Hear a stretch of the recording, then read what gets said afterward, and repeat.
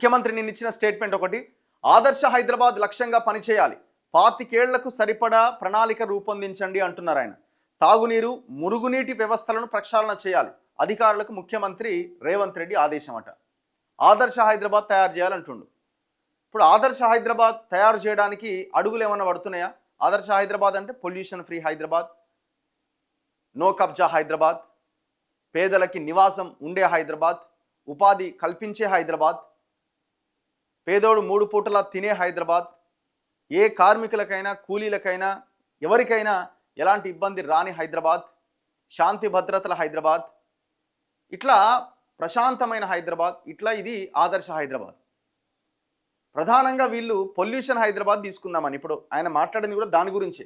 తాగునీరు, మురుగునీటి వ్యవస్థలు ప్రక్షాళన చేయాలి, పొల్యూషన్ ఫ్రీ ఉండాలి, 25 ఏళ్లకు పైగా ప్రణాళిక రూపొందించండి అంటున్నాడు.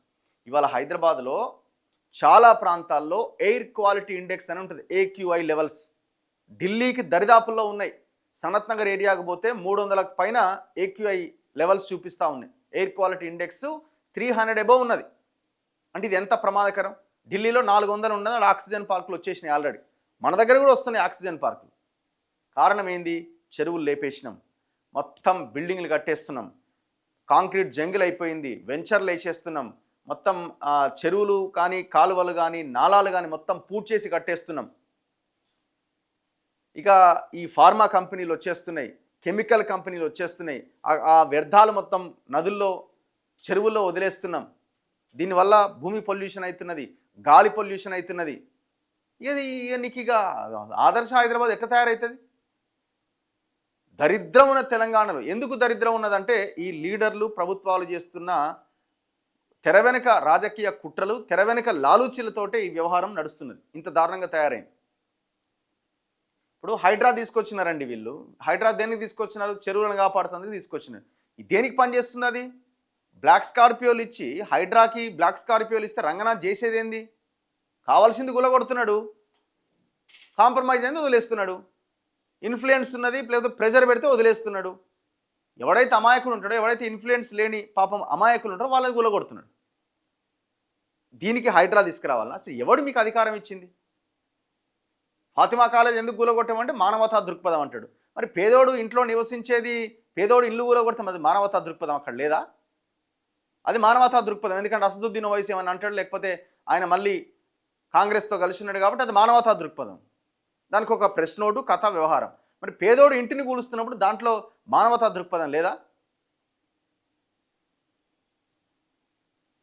రానున్న 25 ఏళ్ల అవసరాలకు తగ్గట్టుగా హైదరాబాద్ నగరాన్ని అందంగా, ఆదర్శంగా తీర్చిదిద్దాలని ముఖ్యమంత్రి రేవంత్ రెడ్డి అధికారులను ఆదేశించారు.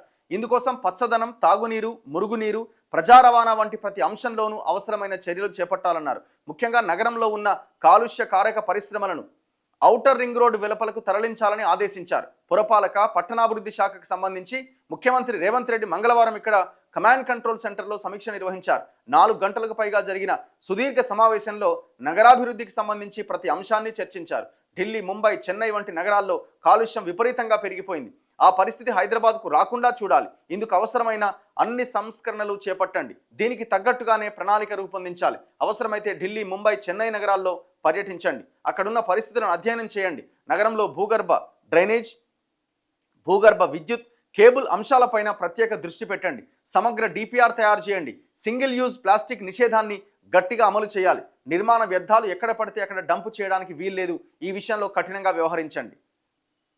అసలు ఇది వ్యవహరించాలంటే ఒక పకడ్బందీ ప్రణాళిక ఉండాలా? రియల్ ఎస్టేట్ మాఫియాతోని మనం చేతులు కలపొద్దు. రియల్ ఎస్టేట్ మాఫియానే కాదు, ఈ ఫార్మా మాఫియాతో మనం చేతులు కలపొద్దు. పొద్దున లేస్తే మీ మీటింగ్లు కానీ, ఈ రాజకీయ నాయకుల మీటింగ్లు మొత్తం వాళ్ళతోనే. ఇవాళ పార్టీలను కాపాడుతున్నది, పార్టీలకు పైసలు ఇస్తున్నది రియల్ ఎస్టేట్ మాఫియా, తెలంగాణలో ఫార్మా మాఫియా. ఇది తప్ప ఇంకేమున్నది? హైదరాబాద్ చుట్టుపక్కల ఉన్న కంపెనీలు అంటే అవతలకి ఎత్తేస్తారట, అవతలకి గ్రామాలకు ఎత్తేస్తారా? అసలు ఆ పొల్యూషన్ని వెదజల్లే కంపెనీలను తీసేయాలి ఫస్ట్. కేసీఆర్ లాంటోడు ఏకంగా నగరం నడిబొడ్డున ఇబ్రహీంపట్నం దగ్గర 15,000 ఎకరాలు సేకరించి ఇక్కడ ఫార్మాసిటీ రాబోతుందని చెప్పే. ఎంత దరిద్రమైన విషయం అది, ఎంత దారుణమైన విషయం. మరి మీరు ఏం చేయాలి అధికారంలోకి రాగానే?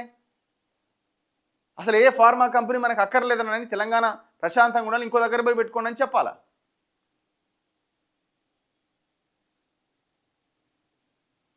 ఈ మాటలకే పరిమితం అండి ఇవన్నీ. నిన్న మాట్లాడతారు, తెల్లారి పెద్ద తాటికాయంత అక్షరాలతో పేపర్లలో వస్తుంది, కథం అయిపోతుంది.